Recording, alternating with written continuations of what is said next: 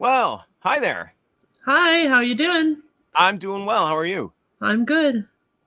So, for those people that are just joining us, my name is Steve Fischer, and this is Morgan Siebert, and I volunteer with Otherworldly Fundraising, and we are a group of nerds that have gotten together to try and use our talents to help us do good for other people through raising money for various charities. And we have a virtual con every year in September. And this year we're raising money for Options Save Lives, which aims to help people recover from alcohol use disorder. And let's see. Um, Today we have two um, interviews left. Uh, Morgan and then Linda Pearl, who is an actress. A bunch of people may know her as Fonzie's girlfriend from way back, but she's done a lot of other things. But those are the last two. These are the last two of today, and day 3 tomorrow. Here we have a whole lot of other people that are coming in, and it's going to be great. And we're raising money. Last I knew, we were at $900. We're looking to get to 2,000, but we have the rest of today and then all day tomorrow, and we're going to keep the donation windows open for quite a while after to get any last minute donations. And if you look at the bottom of the screen, there's a ticker. Visit our website, otherworldlyfundraising.godaddysite.com. There is a link right there on that site that can get you to the donation page, or in the top right-hand corner of the video screen that you see right now is a QR code, and you can click on that, and that'll take you directly to the donation page. And you can find us, Otherworldly Fundraising, YouTube, Facebook, Instagram, various other socials. If you just search Otherworldly Fundraising in Google, it'll take you to pretty much, where we are. So, yeah, we're going to talk to Morgan right now. She is currently in Metropolis, the hometown of Superman, Metropolis, Illinois. My first, the first time that I was able to visit Metropolis was 2008. I had heard about it many, many times before as a kid growing up. And I remember seeing that, if kids went to Metropolis, they could go to the Chamber of Commerce and get like a little bag of kryptonite rocks or something like that. And I always thought I wanted to go and always put it on my to-do list for the future. 2008, President George W. Bush gave stimulus to every single American. He gave us all $600. And he said, I want you to spend it. He wanted to help the economy get kickstarted into gear. And so don't put it in the bank. I want you to spend this $600. And I had just seen an ad, an online digital ad for the Metropolis Superman celebration, because we got the $600 in early spring. And I'm like, Superman celebration, $600. I bet you I could go to Metropolis. And I went to Metropolis and met family. They weren't family when I met them, but they have become family now. And they are some of the best people, some of my best friends in my life right now that I have are because of Metropolis. And Otherworldly Fundraising wouldn't exist if it weren't for Metropolis. And if it weren't for Superman. And being a lifelong Superman fan, having all these friends that are my people, that I can go, I see a lot of people in my general vicinity here locally that consider me the Superman guy. So if they got a question about Superman, we got to go to Steve because he knows everything about Superman. And yet all the super friends that we call ourselves when we meet in Metropolis, they're all the Superman guys and girls where they're from.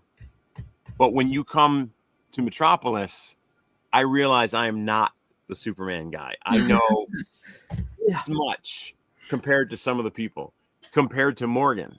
Well, that's what I like about the Superman celebration is hanging out with people because you learn so much off of each other, and then you have just that common bond for this character and what it Yes. represents. And I, that is my family. The Super Friends are my family. Yeah.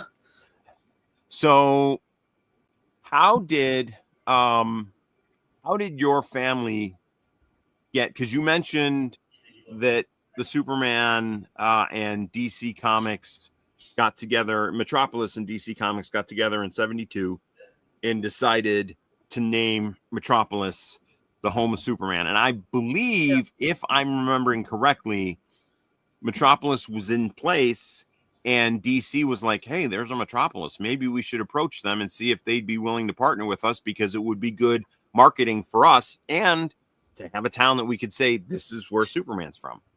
Well, actually, it was a local man named Bob Westerfield. He was an ex Minnesota Viking. He was a business owner here in town. He said, we're Metropolis. That's the fictional city they use in the comic books.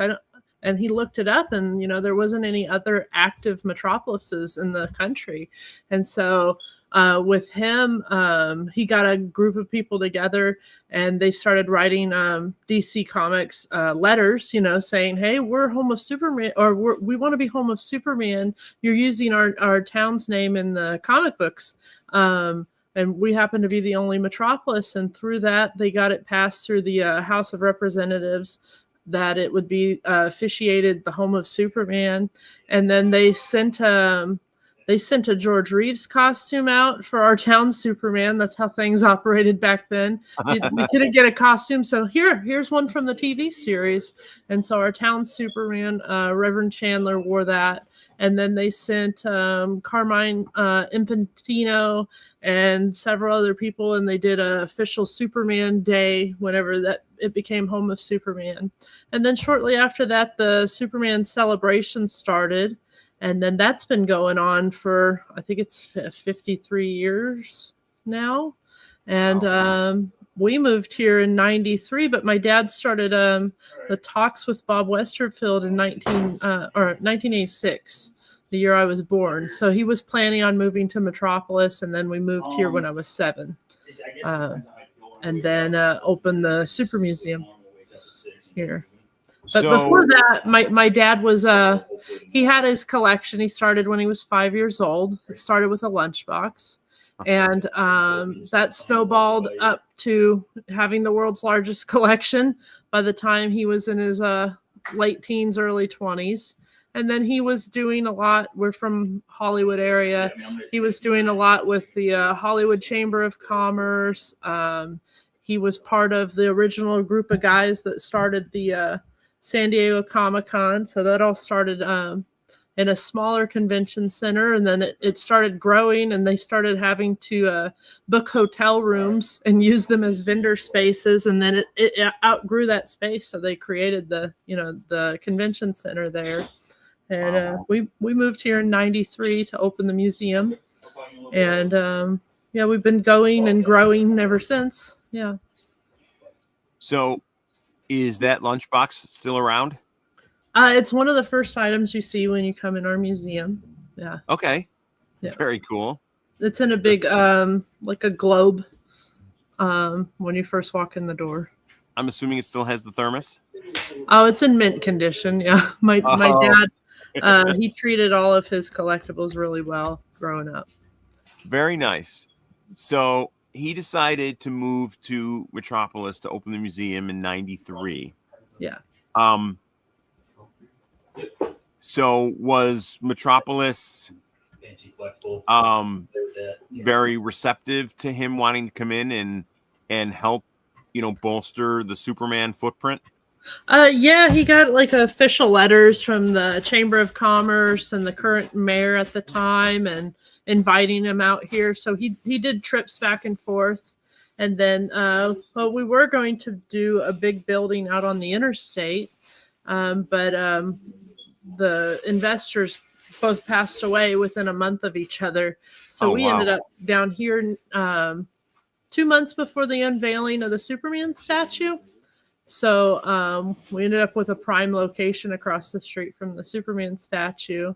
And then, we're running the museum privately, which gave us, more options to do whatever we wanted to do with it. So I think we actually won when it came to that. I think that, it wasn't what we expected at the time, but it worked out well. Yeah, that's perfect. I do love the location of the museum because of where the celebration is on Market Street. For those people that don't know, Superman Celebration is more than just like a convention. It's more like a local fair that has a lot of convention aspects to it, because the Massac courthouse, the Massac County courthouse, is right at the end of Market Street, and standing in front of it is the Superman statue. And then if you are Superman and you're staring down Market Street, the first building right at the corner that you would be looking at if you look kitty corner is the Super Museum.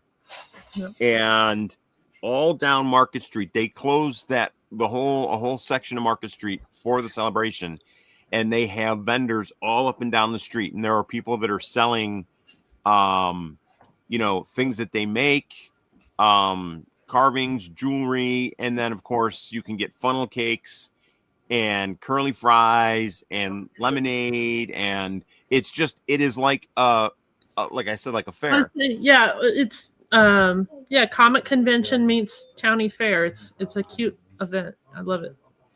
And they set up large tents. There's a tent that is right next to the Super Museum and next to the Superman statue.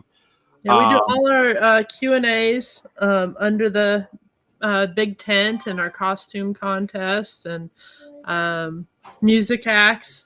So you get that aspect of, it feels like a county fair. But then whenever you go meet the celebrities, we have them all in an artist alley in a building down the street. So you go up and down the street and get your funnel cakes and all that sort of stuff. And then in and out of the shops, you can meet some celebrity guests down at our other shop, Hidden Gems, and then down at the Sickle building down the street, meet celebrity guests and the artists in Artist Alley. So the Superman celebration started, I think, 1978. Yeah, I think so. Okay, so that was the year that Christopher Reeve made people believe that a man can fly. Yeah. And do you know, did they start out with celebrity guests, or was it just here, let's celebrate Superman for a day or two? And so basically it started out as what you would consider like a corporate like picnic day, at the park. So it was out at Fort Massac.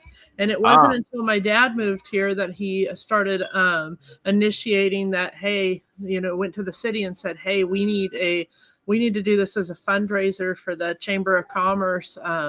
Could we get some funding and bring in celebrity guests? And then because of that, we were able to bring in Kirk Allen and Jack Larson and Noel Neal. Wow. And then I think after that, what is it? Gerard Christopher. And so my dad had a lot of ties to celebrities to bring them in.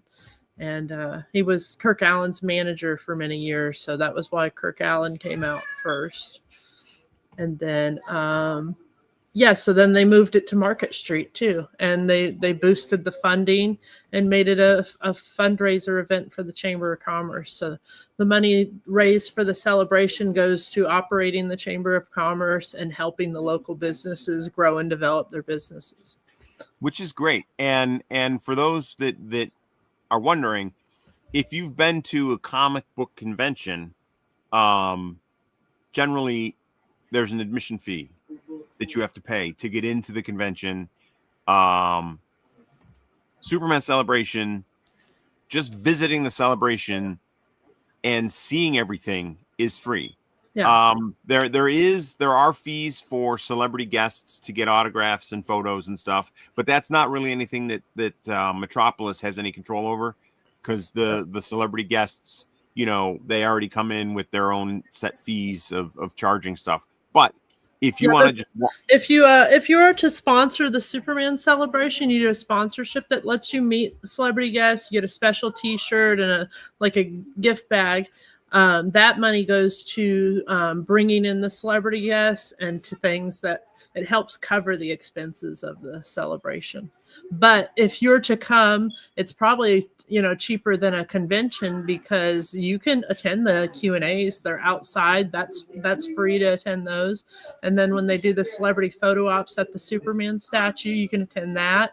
You can do a lot. Most of the events are free, and yes, that's what's and cool. That's what's great. That is definitely what's great about it. And they also have what they call a super con, and in one of the buildings, it's like a regular comic convention where they have a lot of vendors selling comic books and Funko Pops and action figures and all different, just like the standard stuff you'd see at comic conventions, and that's free.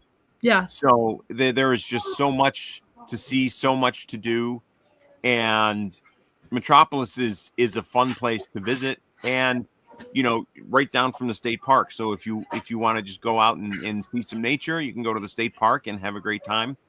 Go to Fat Ed's. They got Superman themed drinks. And, Kryptonite. Some of the local restaurants do Superman themed menus. And then around town, there's lots of photo ops to take pictures with. The Superman statue, the Lois Lane Noel Neal statue. I've been a part of adding a couple murals now, and that's something I'm passionate about, is adding art to the community. So we've done 3 of those at this point, and that's the Greetings from Metropolis. Greetings from Metropolis. This took me a month. And then we have that was my art teacher in high school painted that one, Craig Rhodes. And then this is probably my favorite one. Let's get to it.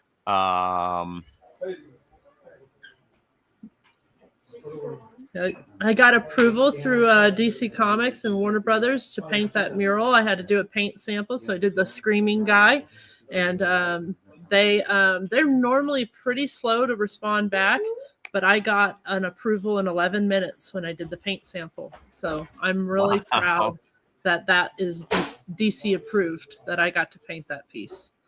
And it took 2 months. One of the things that I like is that anyone that follows the Super Museum on Facebook, and I think it may have been on Instagram too, but got to see the full the progress of it. The progress, yes, thank you. I couldn't think of the word. The progress of this, and it was just amazing to see. And I've stood in front of this painting in real life and looked at it, and it is so cool because I look at it and it is the cover, and it's right there, and it's beautiful. Thank you. You're welcome. Yeah. So when your dad decided to move to open the museum, sorry, I'm at work right now. Sorry. Oh, that's okay. And this here is the logo for the Super Museum. This is basically what they use for when they showcase their museum. What was the building before it was a museum? Do you know? It was a hardware store. Okay. And when we first got here, one side was an antique store, and it had been a car dealership at one point and a furniture store. So we've been working on it. We repurposed it into a museum. So over the past 15 years, we've really been trying to make improvements. And we painted the whole outside, me and Adam, my husband. I did the design color scheme layout of our building, and then he went up and painted all the high stuff, and I painted a lot of the low stuff. Yeah, and it's the color on the outside of the building is very much Superman themed. It's great. And one of my favorite parts are the windows, because they are very much right out of a comic book. Yeah. So that was because we have an old building that needs a lot of work. We boarded over the windows, but I didn't want just to do plywood or make it, one color. So I painted all these strokes to make it look the way windows look in comic books, and I think it really added to it, and it hid it hid some of the problems. But we're working on replacing windows now, and then we're probably going to do like films of different characters, over the windows so you can still see out of them. But very nice. I would love to do like Lois Lane looking out the window and different things, different cool scenes. So where did your dad have all this stuff before he moved to Metropolis? A lot of it was in our house, and then he also he had his own company, so he had warehouses, and he housed some of it in warehouses. He sent some pieces off to the Smithsonian. His George Reeves costumes have been seen at the Smithsonian in different places. And then he did a traveling museum exhibit, and he did that for 15 years. And he traveled with Kirk Allen and different actors around the country and went to college campuses and showcased the museum. That's great. And then I'm sure because, he wanted to move to Metropolis, he wanted the museum because he wanted a place that he could put everything together so he could show people. Yeah. Well, he wanted to create a place where the fans could come together and assemble. He wanted it to be a place where Superman fans, became a bucket list place for them to visit. And he got to talk about his favorite superhero all day and interact with people and bond. So it's become that, and I'm really proud of what he accomplished in his lifetime, because I have friends from everywhere around the world. And then I was talking to a guy yesterday, came in the museum because we're filming part of a reality show called Fireball Run, and I was talking to an astronaut yesterday, and I'm like, it's so crazy how many people I know from NASA over the years. I saw a picture of you. Big superhero fans, and it's funny because Adam's been rewatching Big Bang Theory, and I'm just like, yeah. I mean, you meet people from every walk of life. I know people that work in fast food, all the way to people that work at NASA and doctors and brain surgeons, and our common bond is Superman, which is definitely a great common bond to have. Yeah, I have met so many people related to Superman through coming to the Superman celebration that I never thought I would meet. And like I said earlier, when you are the Superman guy, you find yourself wishing that there were other people. You don't want to be just the Superman guy. I want to find someone who knows more than me, so we can carry on like a really good conversation, and I can say something about a particular episode or an issue with Bizarro doing something, and someone doesn't look at me funny. Yeah. And they're like, oh, yeah, well, that's because, and it's like, yes. And I mean, there's no way I would be able to know it all. And my dad knew a lot of it, and he was very enthusiastic about everything. But it's so neat that people would come in, and because Superman's been around for so long, somebody will just be a real expert in just this one type or this one comic series, and they know everything about it, and every artist and writer and everything that took to create that. And then it's neat. I got to go to San Diego Comic-Con this year and listen to Dan Jurgens speak for a while, and Jim Lee. I got to sit in several of his panels, and it's just so neat because you could really focus on the character and just deep dive into different aspects. And that's me with Michael Barnes and Tasman.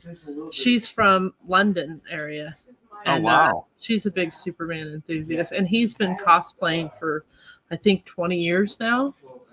Yeah, and he recently did the release of the documentary on Kingdom Come, and he was like the official Kingdom Come Superman for that in Chicago. Yeah, we went to that, and Stephanie joined us, and Steve Lobo joined us. That was so much fun. And then after that, me and him, we started talking because Alex Ross was doing a exhibit there in San Diego, and we were like, oh, we want to go. And so we decided we were going to go last minute, and went and met in San Diego, and spent a couple days together there, and we had a blast. We got to do the DC photo shoot on the stairs. That was always something, like whenever I see San Diego pictures and footage, I'm like, oh, I want to go stand there. I want to go be part of that. And I got to this year. Yeah. I was really excited. Well, I was jealous that you guys got to go to the King of the Hill area. Oh, that was so fun. As a huge King of the Hill fan, and I've seen the new series, and I love it. And so that was really cool watching you guys there. But we have a question from Kristen. She wants to know, was the move from LA to Metropolis a tough transition for you? Well, my mom stayed there, so I would spend my summers there. So I kind of got the experience of growing up in a small town in the Midwest and running around barefoot and jumping in creeks and bike riding until dark out here.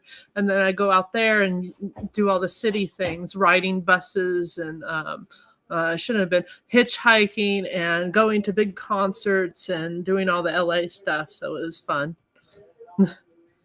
It's I would say that you get like the My Girl and My Girl Too. I would say, childhood. Yeah. All right. Well, we're going to take a brief station identification break. And I'm going to just remind people that Otherworldly Fundraising this weekend, we're having a virtual con for Options Save Lives. And I'm going to play a quick video that explains a little bit about Options Save Lives. Otherworldly Fundraising is a group of friends who decided to use our nerdy talents to help others. Our charity this year is Options Save Lives, which helps individuals fully recover from alcohol use disorder. Thank you for joining us this weekend and for donating to this worthy charity. Okay. And for those of you that donate, anyone that donates $10 or more will be entered into a sweepstakes to win one of 3 mystery prize boxes. And anyone who donates over $50 or more will be entered in to win an original painting of Amy Ecker by Trevor Hawkins, one of our members of the Otherworldly Fundraising team and a phenomenal artist. And I did have a copy of the painting here somewhere, but I don't see it. So I'll have to see if I can find it and post it for later. But yes, so we have prizes. We're looking for donations. Anything you can do to help would be great. So let's see. I know that the museum, I'll tell you, the first time I walked through it, I was blown away with everything that you have in that museum and that your dad set up and put in there, from, the original George Reeves costumes. There's just so much. And I wish more people had the ability to go there and see it. Is there anything in the museum? I mean, I'll say, give us a little description of what all is involved in the museum. And are there any specific things in the museum that would be your favorite items? Okay, so the museum basically covers the history of Superman from 1938 till now. And so, yeah, we've been getting new toys and collectibles from the new movie and different things. but it goes from, comic books, original artwork, costume pieces, props, toys, prototypes, action figures, statues. We have quite an extensive collection of Lois and Clark items. 2 George Reeves costumes on display, life masks. Yesterday I was filming for this TV show, and we showcased our Christopher Reeve costume and our Marlon Brando wig for that. And just an extensive collection of Superman. You'll never see this many items anywhere else, in the world. Yeah, and there are things that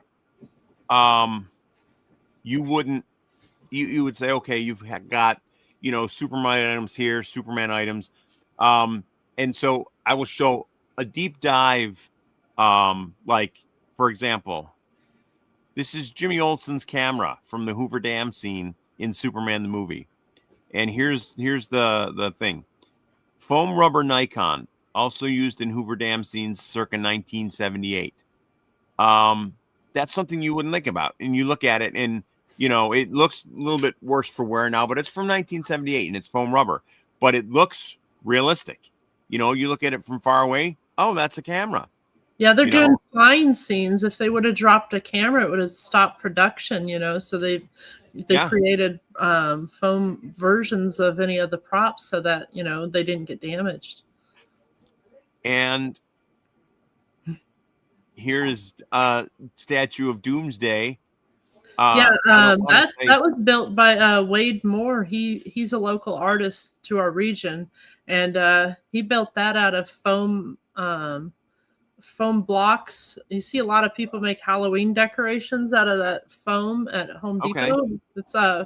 That's what that's built out of, and basically a paper mache with rubber instead of glue coating it. And he built all of that in a 12 by 12 storage shed. And the thing is, it's 10 feet tall and 9 feet wide. Wow. And I would say, this is a statue celebrating the iconic issue where Superman dies, but we don't want to celebrate that issue because Superman dies. So, but it is fantastic. I got a picture of Dan Bogdanoff in front of that, and it's supposed to be featured in a documentary about the death of Superman. So that was something that DC reached out to me about, was to be able to use the images that I had. Oh, very nice. Yeah. Those cars were used in Superman. I think Superman 2. So there's fighting scenes in Metropolis. Yes.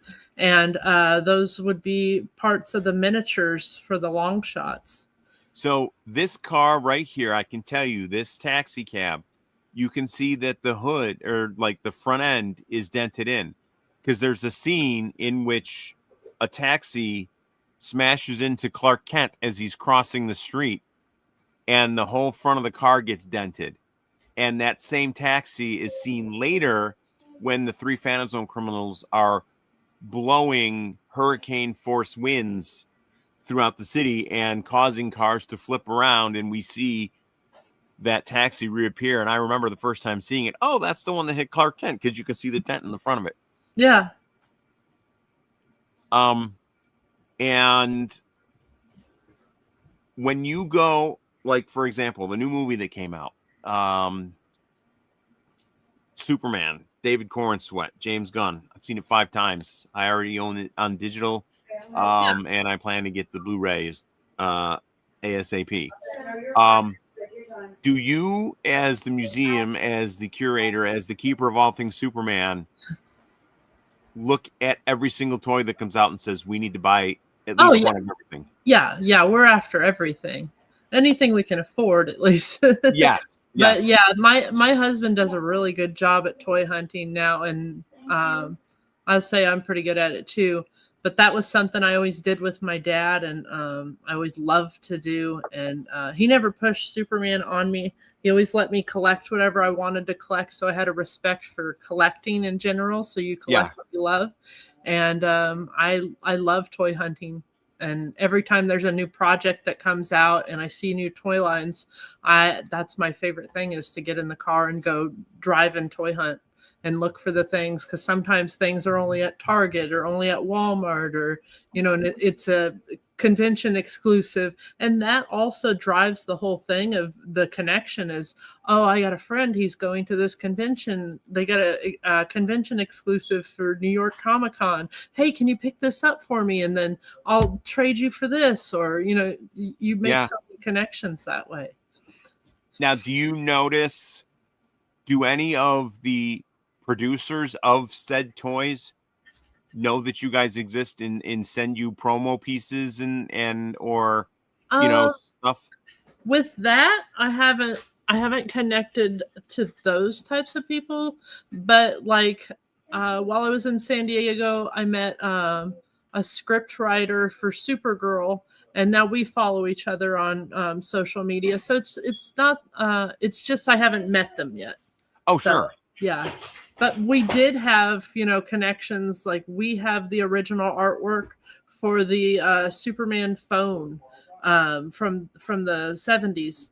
And we have the original sketch of that. And actually, my dad, when he got that one and the ET one. And so we have that. And the prototypes for a lot of the Superman the Animated Series toys, we were able to acquire those. And it's just about writing letters and trying to connect with people when you learn about a new product, or companies will reach out and say, hey, we're going to have this new licensed product, would you like to do an unboxing? And so we're starting to do some of that. Oh, that's very cool. And a lot of authors do send us books. So I noticed you didn't have this on display. I'm an author, and I wanted to send you a copy of our book and see what you thought. Very cool.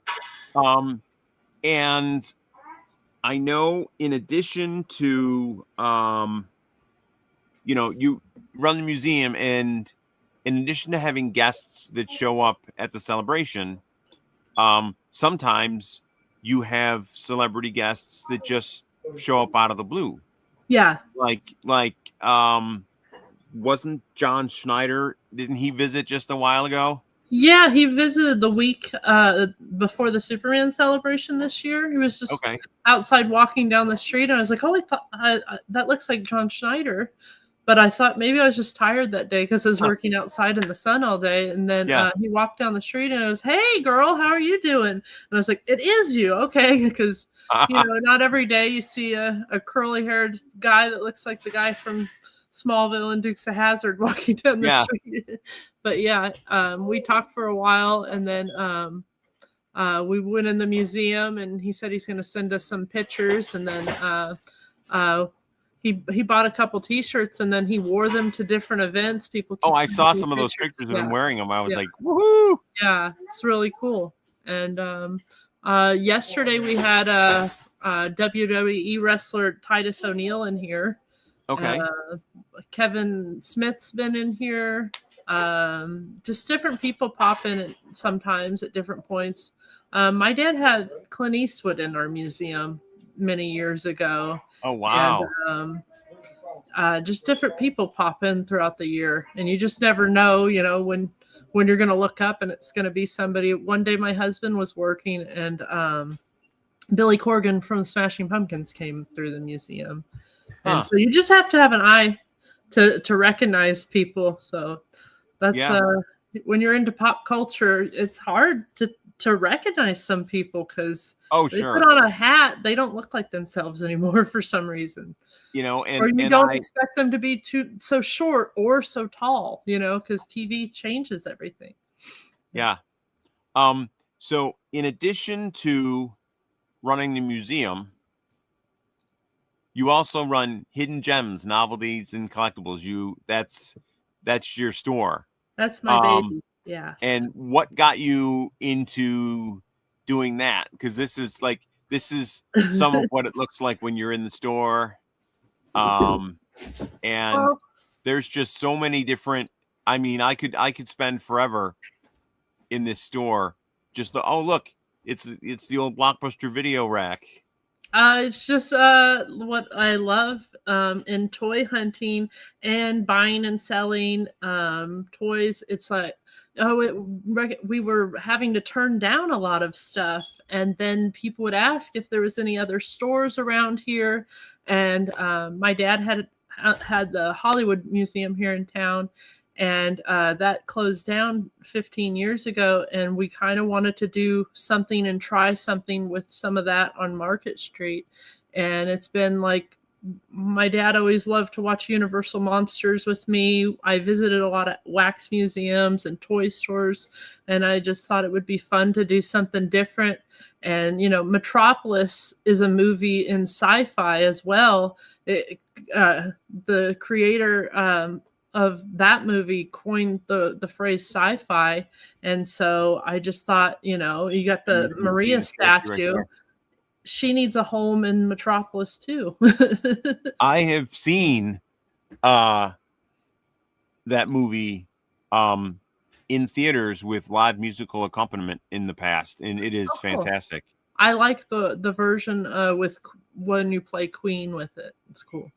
I don't know if I've ever seen that. I'll have to look that up. They kind of colorized it. I don't know what the term is, but it's like lightly colorized it. And yeah, it's like it goes perfectly with an album. I haven't watched it since I was about 16, but yeah, that was my introduction to that film. And if it wasn't for that movie, we wouldn't have Star Wars. Because the robots are based off of Maria there. So that was the first robot in film. That's great. And let's see. What I was speaking with Stephanie, telling her that I was going to be interviewing you. And so one of the questions she wanted to know was who you would hope to meet the most visiting the museum, because you've had surprise guests show up, and is there someone you'd really like to meet that you haven't? Well, yeah, I haven't got to meet Henry Cavill. I got really close to David Cornsweet. I've been missing James Gunn. I was in so many locations this year, and like I was 10 feet away from him, and he signed a couple autographs and left at the Warner Brothers studio event I attended. And then I went to the movie premiere, and I was 10 feet away from him there, and I didn't get to talk to him again. And then San Diego Comic-Con, I went to Jim Lee's Q&A, and there was multiple, and he went and attended the one I didn't get to attend. So I keep on missing him at all these different points, and I'd love to get to meet him. Well, he knows you exist because he shared one of your posts. Yeah. Oh, he shared dozens of our posts now. Oh, all right. He likes stuff and comments and stuff. How so tell me about like going to the premiere. How did that come about, and what was it like? Well, I had a friend that had a friend and made a connection for us. And I wrote several letters back and forth. And then, because it was months in advance, I started trying to attend. I think it was in December or January. And I didn't get word back until May on that. So I was thinking, oh, I'm not going to get to do this. And then they said we were going to go, and they gave us tickets to attend that event. And so we went a couple days early, and then there's rooftops you can go to go sit in this around the Chinese theater. So we got to watch everything be set up on the on Hollywood Boulevard for the premiere event. So they set up big foam displays and the progressive display and all these things the days previous. And then we were invited to the Warner Brothers archives as well that week. And so we got to go into the Warner Brothers archives and see all kinds of stuff from all kinds of different movies and superhero films. I can't be specific on what I got to see, but of course. That was one of the coolest things I've ever got to do. And that was just a side quest. I wasn't allowed to take any photos or anything in there, but I'm excited. Very I got cool to see a lot of things from childhood films, and I got to touch a few things too. Well, I remember you, when you posted about getting to go to the Warner Brothers archives, you were happily able to say, we had some things in our museum that they don't have in the archives. Yeah. They don't. They don't have a Kirk Allen costume. Yeah. Or George Reese costume. Yeah. You have not only do you have Kirk Allen costume, you have a Kirk Allen phone booth. Yeah. Yeah, Very cool. They had a lot of neat stuff though, and it was wild to see stuff, and you're like, I wouldn't even think that would still exist because it's so big. You think they would have to be destroyed or broken down or taken to become something else, you know? Yeah. Well, that's why I remember when you were taking pictures of the premiere and of them setting the stuff up, and they had the big giant S. Yeah. I was like, what's going to happen when that's over? Because that would look really good in the museum. I know. Yeah. And also the other thing was whenever they were doing the world tour, they had all these Superman statues. They were suspending different places around the world. And I'm like, what happens to those when they're done? Where do those go? So I'm hoping, one day some of those things will pop up and we might have an opportunity to get them. Because I did have somebody from Australia reach out to me, and he had a bunch of set pieces from Batman versus Superman and Man of Steel. They shot different pieces in Europe, and their production company built them, but it wasn't going to be feasible to get them here. And then where would I put them? Because they were so big. Yeah. Huh. Okay. So another question from Stephanie is a huge part of your mission and passion is to fulfill your dad's dreams. What are you and Adam, as curators of the museum, currently doing / changing to make these dreams and plans come true? And what is the final goal in these steps to, for your dad's dream? See, right now we're going through and organizing a lot, getting things more manageable for us. Improving the exhibits, replacing display cases, lighting. Our goal is to have the whole second floor of the building be museum as well. Oh, there's great. A lot to organize to get to that point, and we had to do electrical infrastructure so that we could get heating and air into the building because it didn't have it. And then another thing is we want to be able to do more events in town and be able to invite people back more times throughout the year. My end goal is to see this community really embrace it, and you see it everywhere, and that more fans move here and that it's more of a community thing. I want to see, a gallery open. I want to see artists come in and talk to the kids. I was an art kid. I wasn't athletic. And a lot of small towns really have strong athletic clubs. We don't have I think we're 3 years out of having a theater group for kids. And so I'd like to see, more representation there for the weird art kids. Great. I was a weird art kid. Your idle hands, are the devil's playground. And so I just want them to be able to be busy and then have the opportunities to talk to artists and people in that field so that they know further than, oh, I'm artistically talented. Now what? So how do you get into college? How do you start working on a TV show? How do you, what animation school? I'd like people with experience to come talk to kids and My oldest daughter, she's an artist, and what I'm telling her is, you're already artistically talented, but let's focus on the business aspect of it, because nobody's telling you to do that yet, because you can draw and do all those things, but how many artists are just so gifted, and then, their art doesn't see the light of day because they're not personable, so you have to be able to sell your work and sell yourself, basically. When you were at, just a question from Kristen, when you were at the premiere, did you meet any of the celebrity guests?